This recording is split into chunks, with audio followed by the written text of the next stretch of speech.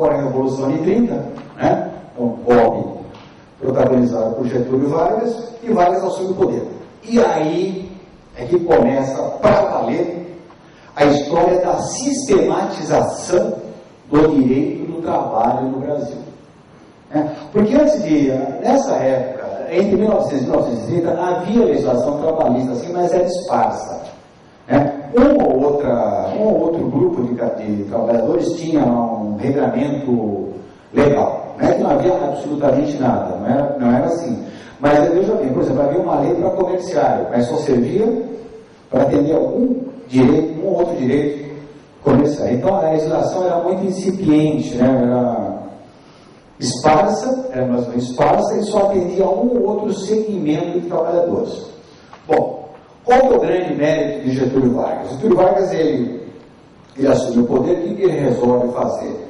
Bom, ele resolve, em primeiro lugar, acabar com os conflitos trabalhistas. Ou melhor, não acabar impedir os conflitos trabalhistas. De que forma isso? Ele vai modificar a estrutura sindical no Brasil. Vamos avançar aqui. Era Vargas. Então, com o Getúlio Vargas, tem início a intervenção do Estado na atividade sindical. Então, qual era a ideia do Vargas? Era acabar com o conflito capital-trabalho.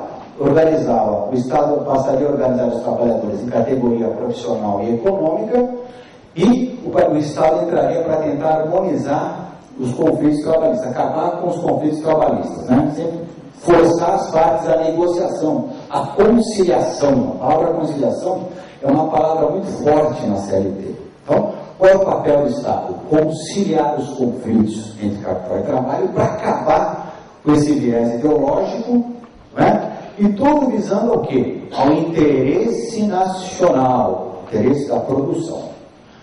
Em 1937, um golpe de Estado do Vargas, o Getúlio Vargas ele se espelha um pouquinho na ideologia do Benito Mussolini, a ideologia chamada fascismo, que era uma ideologia que empregava harmonia entre as classes, colocava o interesse do Estado acima das classes sociais.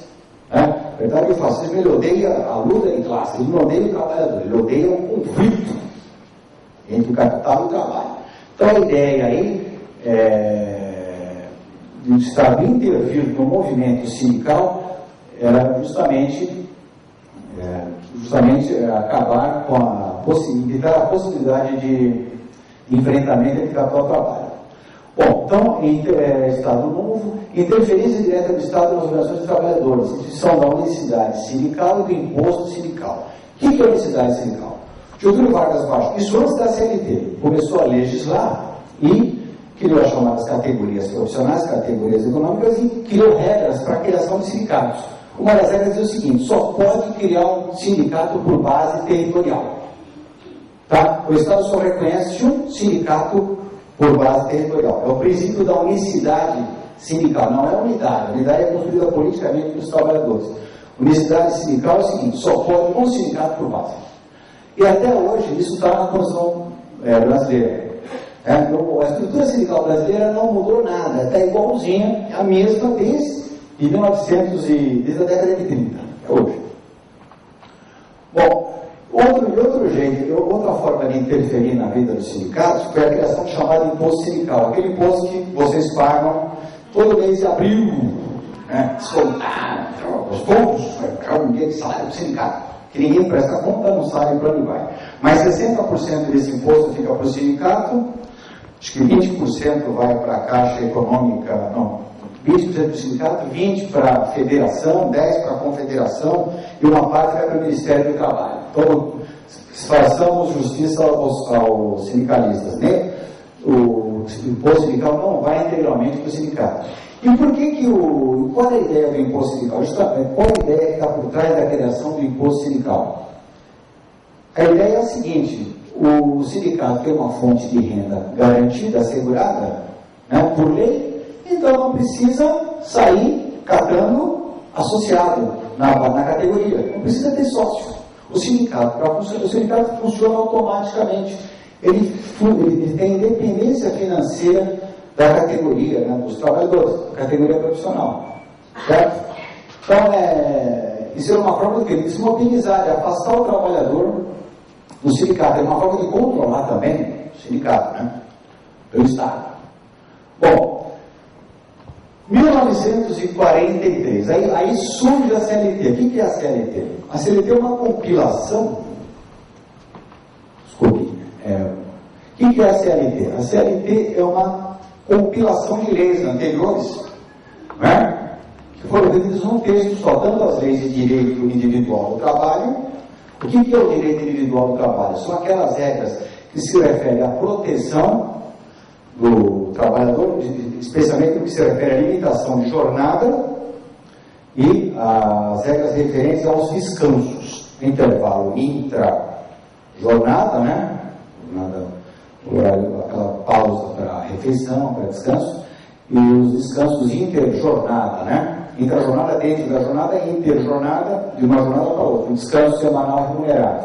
Então, basicamente, as regras de direito individual se referem às normas de higiene, segurança do trabalho, limitação de jornada e descansos. Né? Então, isso foi colocado na CLT, que já existia para algumas categorias, já existia uma legislação para alguns segmentos, e foi colocado também dentro da CLT as normas sobre o direito sindical, sobre a organização de sindicatos e o funcionamento dos sindicatos. Então, esse modelo corporativo lá, que foi importado da Itália do Benito Mussolini, de criação de categorias, de o Estado poder intervir nos sindicatos, né? Toda essa parte do direito sindical foi para dentro da CLT. Então, na verdade, né, o direito individual do trabalho, que está na CLT, foi fruto da luta dos trabalhadores entre o final do século XIX e início do século XX. Isso não foi presente do Getúlio Vargas, não foi dado. O que o Vargas efetivamente colocou na CLT? Qual é o interesse da CLT?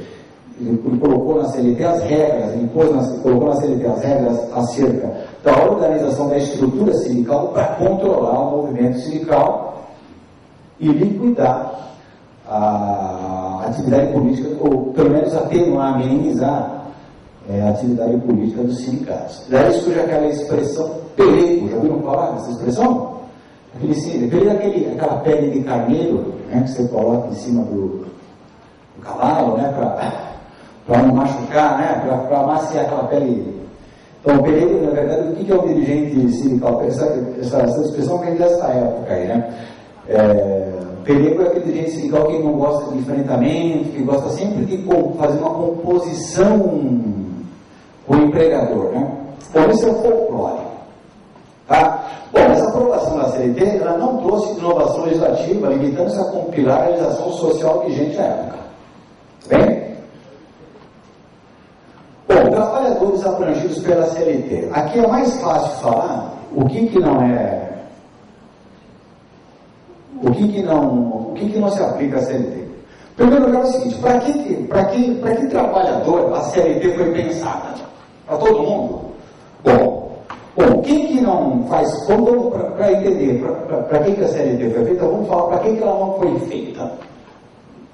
Ela não foi feita para empregado doméstico. Aliás, empregado doméstico tem uma lei para eles, mas é dos anos 70, é a lei 5.859, isso eu não me lembro de cabeça, mas é uma lei de 1972. Né? Até então, empregado doméstico não tinha lei nenhuma, e não se aplicava a CLT. Trabalhador rural. Isso aqui é interessante, porque, olha, a economia do Brasil, até 1930, era fundamentalmente uma economia agrícola. Eu não falar na chamada política do café com leite. Era um acordo político entre os governos de Minas, os políticos de Minas e de São Paulo, na chamada República Velha, para se alternarem na presidência da República. E o que eu quero dizer com isso? Que a base da economia ou era a pecuária lá de Minas ou a lavoura café em São Paulo. Aí entra o Getúlio Vargas e quebra, com a Revolução de 30, acaba com essa política do café com leite. Mas eu quero dizer com isso, que a base da economia era rural. O grosso da população brasileira vivia no campo, O Brasil era rural até 50 anos atrás. Né? Então é que absurdo. A CLT, a grande massa, vamos voltar aqui. Cadê? Avançou aqui. Deixa eu ver aqui. Então, a grande massa de trabalhadores do Brasil era rural, mas eles estavam desprotegidos da lei. A lei do rural é a lei 588/9, agora também esqueci o ano, de 70 e alguma coisa, 72. Veja bem, só na década de 70 que se fez uma lei, havia antes o Estatuto da Terra, na década de 60, mas não era bem uma lei para o trabalhador rural, era uma legislação que pegava o pequeno camponês. Só na década de 70 do século passado se fez uma lei para proteger os trabalhadores rurais num país que mal era industrializado. Você sabe, o Brasil, a primeira siderúrgica de grande porte no Brasil foi feita em 1945, no governo Vargas. Bom, eu quero dizer com isso que o país, no começo do século passado, a base da economia era a agricultura, você tinha, os trabalhadores rurais não tinham pouca proteção, e veio a CLT para quê? Para proteger, para dar um mínimo de proteção para os trabalhadores, para os empregados urbanos. Então, os preceitos constantes da presente Constituição, salvo quando for em cada caso expressamente nada, e ao contrário, não se aplicam. Então, se aplica doméstico, a rural, não se aplicava também, está difícil aqui, a funcionários públicos. Então, a CLT ela não foi pensada para servidor público. Por quê? Porque o servidor público tinha uma relação direta com o Estado, uma relação jurídica de trabalho diretamente com o Estado. Né? Então, a época que ela foi editada, não se pensava em... Não havia necessidade de fazer um regulamento específico para servidor público em uniforme.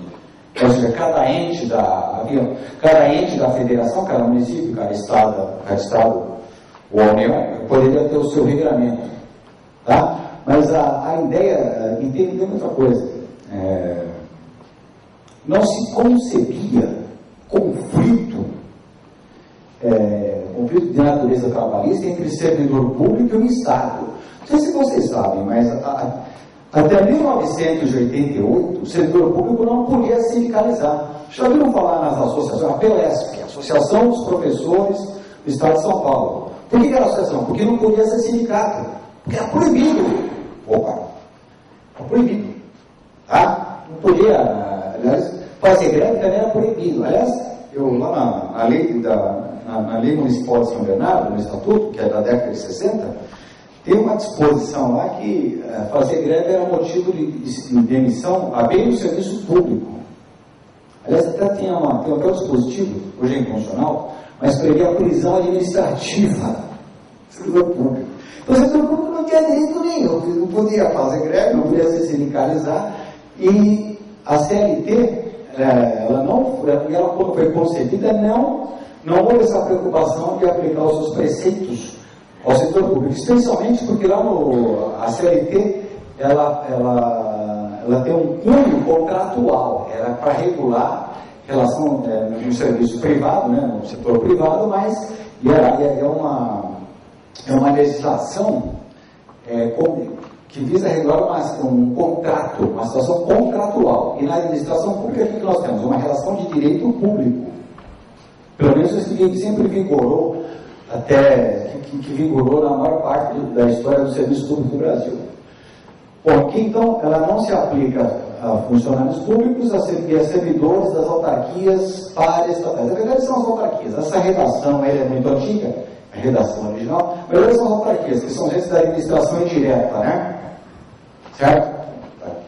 Então, você tem a administração direta e tem a administração indireta, né? Que o poder público, ele cria uma pessoa jurídica de direito público e confere uma atribuição, um serviço público específico Por exemplo, o serviço de água, a administração pública pode ela prestar diretamente o serviço público ou pode criar uma autarquia, um ente com personalidade jurídica própria para cuidar daquele serviço.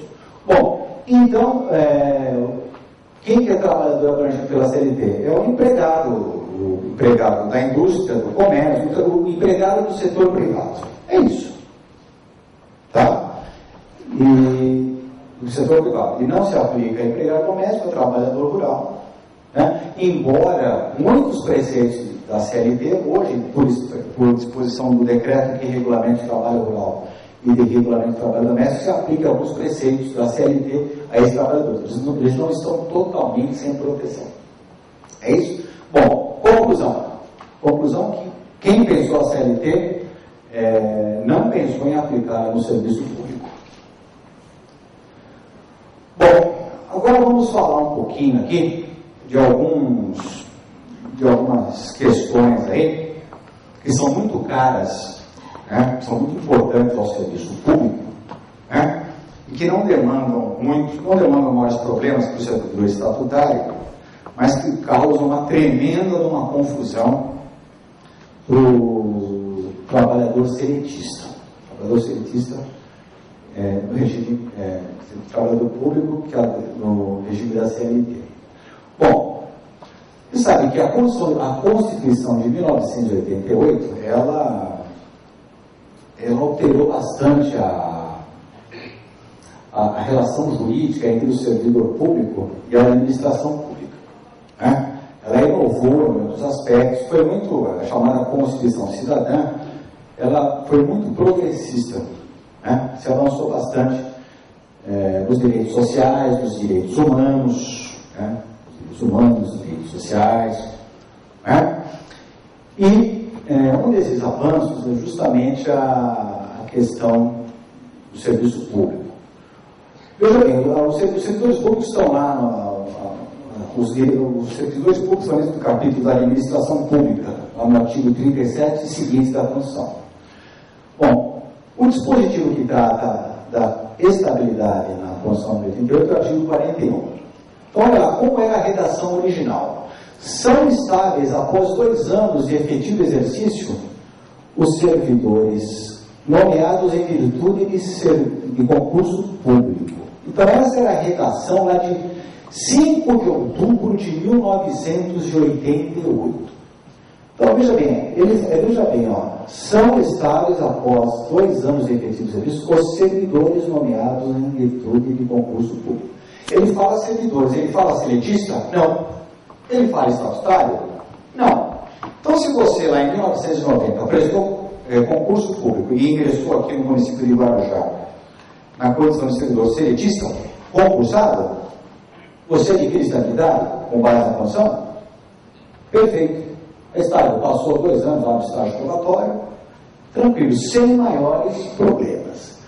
O problema começa em 1998.